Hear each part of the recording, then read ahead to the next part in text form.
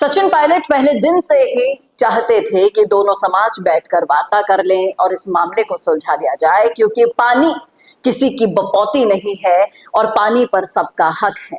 लोगों ने खूब बवाल मचाया उनके इस बयान पर, एक तरफा बयान करार दे दिया, खूब राजनीति की, लेकिन कहीं ना कहीं पायलट जानते थे कि इसका सॉल्यूशन कैसे होगा। बार बार उनसे जब पूछा गया तो बार बार उन्होंने यही जवाब दिया कि आपको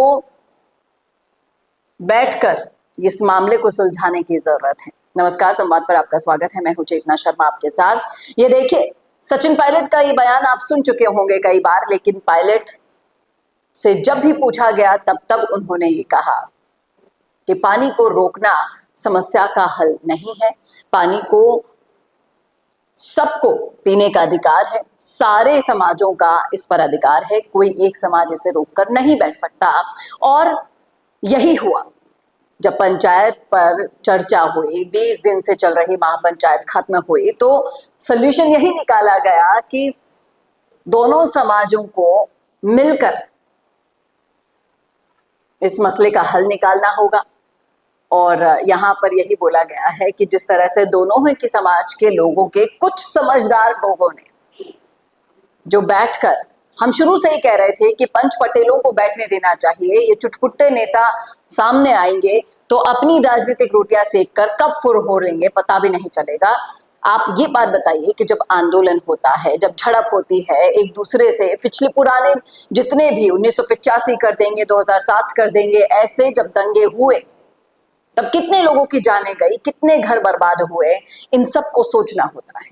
जोश में होश खो बैठने से कई सारी चीजें, कई सारे जख्म ऐसे रह जाते हैं जो कभी नहीं भर जाते हैं, नासूर बन जाते हैं, जैसे 2007 और 1985 हुआ।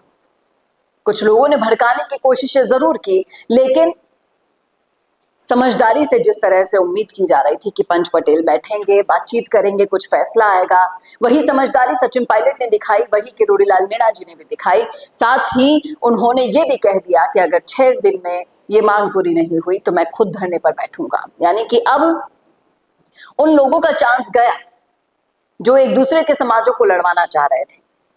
उन लोगों में सर्वोच्च अगर आप नाम लेंगे तो अजयराज मीणा जैसे लोग, रामकेश मीणा जैसे लोग, हाकिम बैसला, जो नए नेता बनकर उभरे तो सही, लेकिन उन्होंने भी कई बार मर्यादाओं को तोड़ा।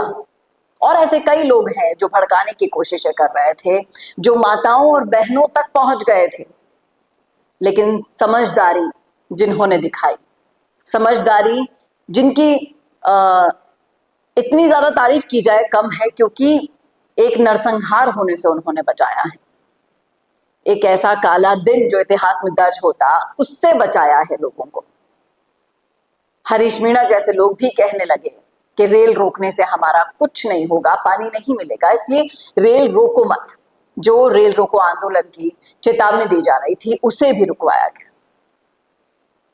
और 100 नाम समझो पर एक समझदार इंसान काफी होता है, और वो समझदारी सचिन पायलट ने शुरू से दिखाई।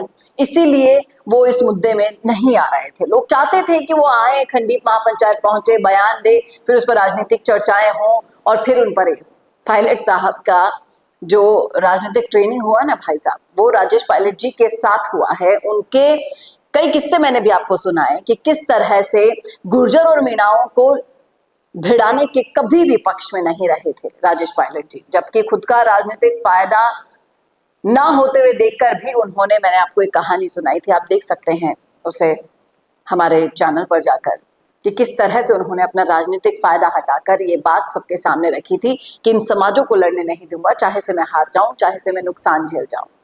तो उस अपब्रिंगिंग से आते हैं पायलट, तो उनसे तो ऐसी उम्मीद कभी आप कर ही नहीं सकते हैं। लेकिन देर आए दुरुस्त आए। अब इस मामले का जब फैसला हो ही गया है, उम्मीद है कि 1 जुलाई से जो मांग पिछले 20 सालों से चली आ रही थी उसका सुलटारा हो और सर्व समाजों में शांति हो। क्या कहना है आपका, बताइएगा जरूर। पायलट की समझदारी पर, किरोड़ी बाबा की समझदारी पर रखिएगा राय जरूर कमेंट बॉक्स में। और उन चुटबैये नेताओं का क्या होगा अब, जब ये मामला शांति से निपट जाएगा। लिखिएगा जरूर क्या सोचते हैं।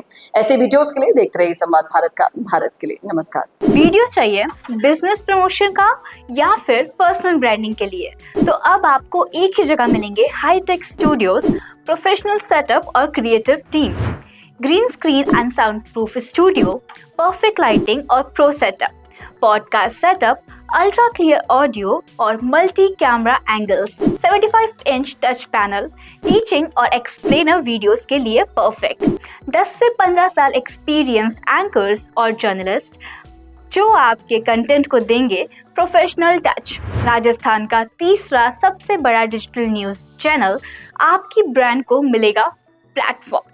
50+ प्रोफेशनल वीडियो मॉडल्स जो आपके प्रोजेक्ट को बनाएंगे ज़्यादा इंगेजिंग। हमने 5000+ बिजनेस और ब्रांड्स को ग्रो करने में की है मदद। अब आपकी बारी।